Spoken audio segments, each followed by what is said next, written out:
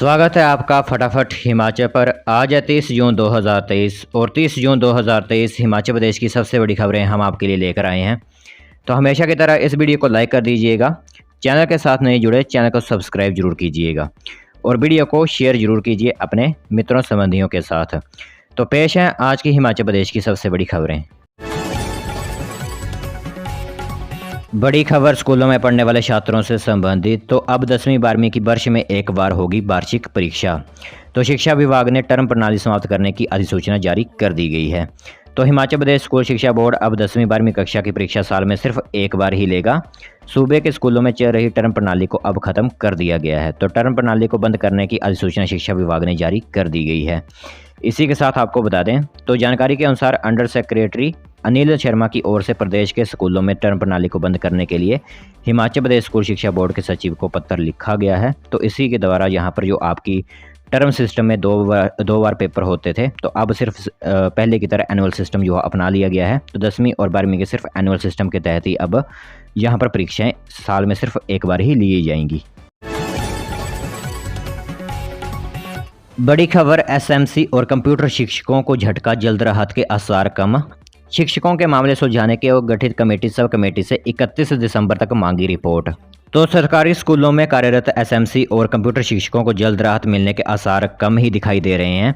नीति बनने के इंतजार में बैठे इन शिक्षकों के मामले सुलझाने को गठित कैबिनेट सब कमेटी को अपनी रिपोर्ट देने के लिए सरकार ने 31 दिसंबर 2023 तक का समय दे दिया है। तो बुधवार को मुख्य सचिव की ओर से कैप्टन सब कमेटी के गठन की अधिसूचना जारी कर दी गई है। तो शिक्षा मंत्री रोहित सिंह ठाकुर की अध्यक्षता में बनाई कमेटी में मंत्री अनिरुद्ध सिंह और विक्रमादित्य सिंह को बतौर सदस्य शामिल किया गया है। तो शिक्षा सचिव को कमेटी का सदस्य सचिव नियुक्त किया गया है। तो इन सभी के लिए टाइमिंग जो रहेगी वो 31 दिसंबर 2023 तक रहेगी। ठीक है, तो अभी तक जो है वो इनके आसार मतलब राहत के आसार कम ही दिखाई दे रहे हैं, क्योंकि दिसंबर तक जो है टाइम दिया गया है।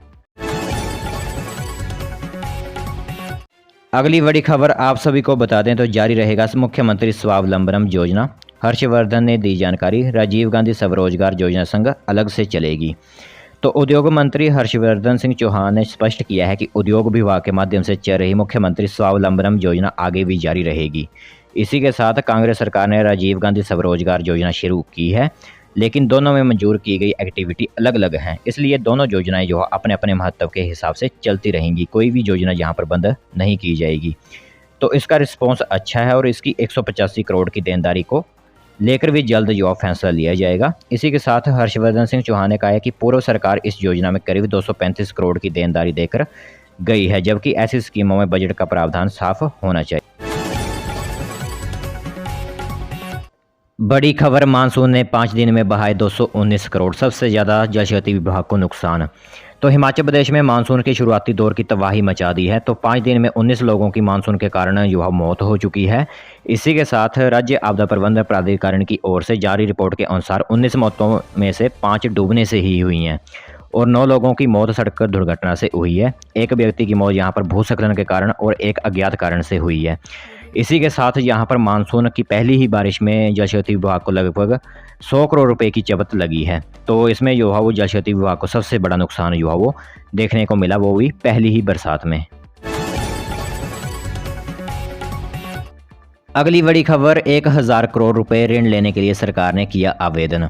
तो 5 जुलाई को सरकार के खजाने में पहुंचेगी ऋण राशि। इसी के साथ प्रदेश पर कुल ऋण 76,000 करोड़ रुपए पहुंचेगा। तो सरकारी कर्मचारियों को वेतन और पेंशनरों को पेंशन देने के लिए वित्तीय बोझ को देखते हुए प्रदेश सरकार के पास ऋण लेने के अतिरिक्त दूसरा कोई रास्ता नहीं है। तो वेतन व पेंशन के बढ़ते खर्च के बीच प्रतिबद्ध दायित्वों के निर्वहन व विकास कार्यों के लिए सरकार को यह ऋण लेना पड़ रहा है। तो यहाँ पर ऋण की अगर राशि आपको बता दें तो 1000 करोड़ रुपए ऋण जो है लेने जा रहे हैं, और कुल मिलाकर अगर टोटल बात करें तो 76,000 करोड़ रुपया जो है ऋण का हिमाचल प्रदेश सरकार को हो चुका है। ठीक है, तो ये एक जो है वो महत्वपूर्ण अपडेट्स रहेगा हिमाचल प्रदेश की जीडीपी के अनुसार अगर बात करें। ठीक है, तो जीडीपी के अनुसार अगर बात करें तो इस तरह के जो है माहौल जो है चले हुए हैं।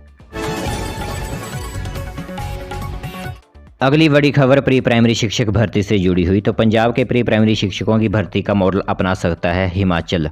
तो शिक्षा अधिकारियों ने चंडीगढ़ में पंजाब के भर्ती एवं पदोन्नति नियमों की ली जानकारी।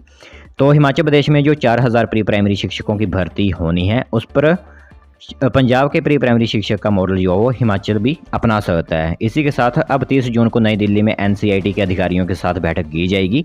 तो प्रदेश में 4000 प्री प्राइमरी शिक्षकों की भर्ती का मामला 2 साल से लटका हुआ है, क्योंकि यहाँ पर जो रिकॉग्नाइज्ड इंस्टीट्यूट होते हैं वही नहीं मिल पाए हैं, यानी जो डिप्लोमा किया होता है वही जो है वो यहाँ पर रिकॉग्नाइज नहीं कहा गया है। इसलिए अब यहाँ पर एनसीटी की तरफ से जो रिपोर्ट्स आ रही हैं उन पर यहाँ पर एक मामले में बैठक होगी। तो देखते हैं कि कौन सा यहाँ पर डिप्लोमे जो है वो अनिवार्य किए जाते हैं, या फिर आंगनवाड़ी को ही यहाँ पर रखा जाता है, या फिर जेवीटी पात्र ही यहाँ पर सिर्फ एलिजिबल होंगे। तो वो आने वाले समय पर आपको जो है वो महत्वपूर्ण अपडेट्स देखने को मिलेंगे प्री प्राइमरी शिक्षक भर्ती से जुड़े हुए।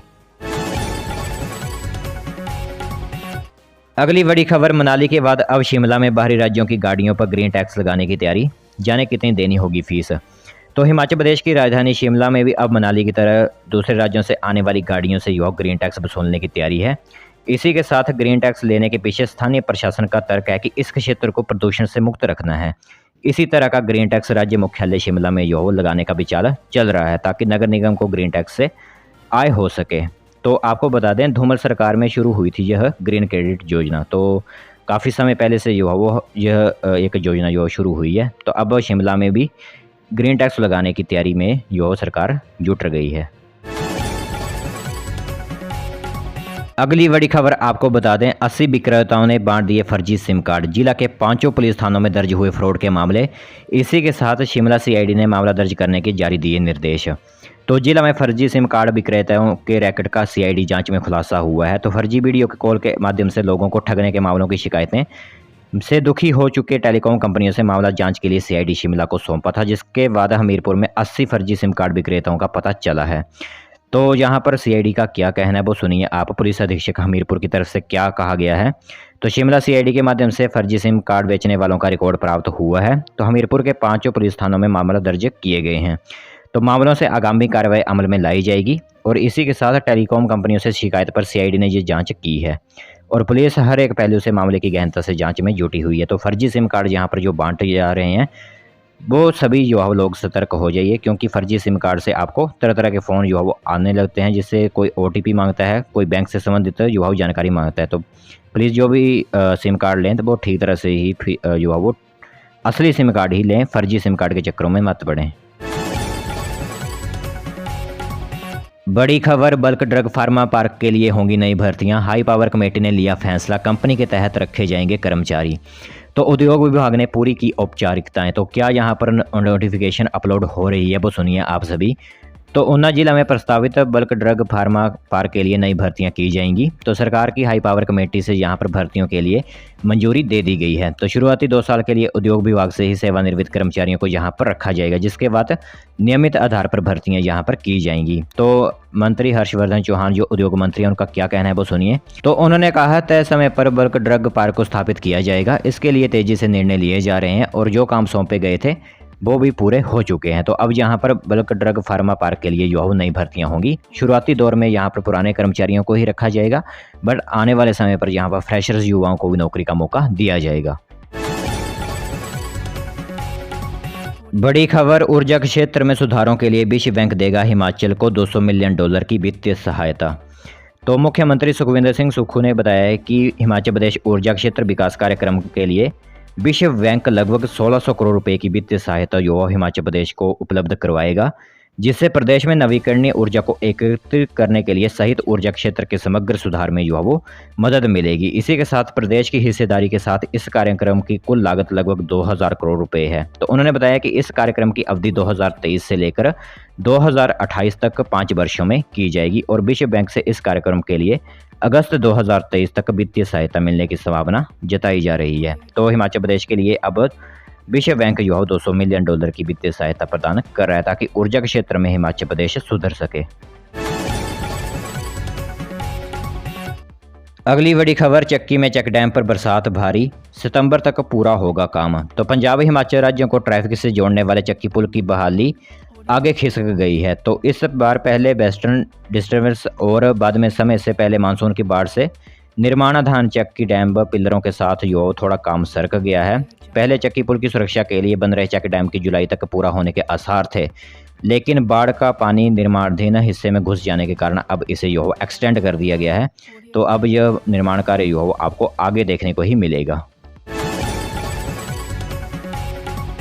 अगली बड़ी खबर, सड़क बनाने के लिए पहाड़ों का नाप ले आए भरमौर के अधिकारी, पैदल तय किया 45 किलोमीटर सफ़र। तो यहाँ पर आपको एक इन्फॉर्मेशन बता दें, तो पहाड़ों का सीना नापकर लोक निर्माण मंडल भरमौर के सहायक अभियंता विशाल चौधरी क्षेत्र की भाग्य रेखाओं को तैयार कर रहे हैं। तो विशाल चौधरी ने लाके वाली माता मंदिर से 45 किलोमीटर का पैदल सफ़र तय करते हुए एक मैप जो है वो तैयार किया हुआ है। तो पीडब्ल्यूडी के सहायक अभियंता विशाल चौधरी ने होली उतराला सड़क की संभावनाएं तलाशने को पार किया जालसू दर्रा। तो यहाँ पर आप देख सकते हो कि अधिकारी अभी भी ऐसे हैं जो कि पैदल चलकर ही जो है वो नाप ले रहे हैं पहाड़ों का। ठीक है, तो सड़क बनाने के लिए यहाँ पर पहाड़ों का नाप जो है वो लिया हुआ है। अगली बड़ी खबर, प्रदेश के 17 आईटीआई में इस सत्र से 6 नए कोर्स शुरू होंगे। तो सोलर इलेक्ट्रिकल वाहनों के बढ़ते प्रचलन को देखते हुए यह नए कोर्स जो है वो शुरू किए गए हैं। तो आपको बता देते हैं कि कौन कौन से नए कोर्स होंगे और आप भी इसमें जो है भाग ले सकते हैं। ठीक है, क्योंकि आने वाले फ्यूचर को देखते हुए यह नए कोर्स चलाए जा रहे हैं और इन पर जो है डिमांड भी काफ़ी बढ़ेगी। तो आईटीआई रैल में जो है वो internet of things technician, mechanic electrical vehicle नए ट्रेड जो आए हुए हैं। और आईटीआई शाहपुर में technician mechatronics internet of things technician. इसी के साथ आईटीआई पंडोंगा में मैकेनिक इलेक्ट्रिकल व्हीकल, आरटीआई जो घुमार में है वहाँ पर fibre to home technician, ITI Palampur में internet of things technician, ITI Jubbal में solar technician, ITI Sundernagar solar technician, ITI Nahan में mechanic electrical vehicle, ITI Una के अंदर आपको internet of things technician, ITI Nalagarh में मेंटेनेंस मैकेनिक, आईटीआई नगरोटा में भी मैकेनिक इलेक्ट्रिकल, आईटीआई शमशी में सोलर टेक्नीशियन, आईटीआई सुन्नी के अंदर आपको टेक्नीशियन मैट्रॉनिक्स, आईटीआई प्रातिनगर में आपको mechanic electrical vehicle, ITI Arki में fibre to home technician, ITI Balakrupi में आपको सोलर टेक्नीशियन और आईटीआई सेरा थाना में आपको इंटरनेट ऑफ थिंग्स टेक्नीशियन के नए कोर्स जो है देखने को मिलेंगे। तो यह नए कोर्स जो है वो 17 आईटीआई में यह नए कोर्स जो है वो प्रचलन में लाए जाएंगे। तो जो युवा करना चाहते हैं इन कोर्स को वो सिंपली जो है वो कर सकते हो।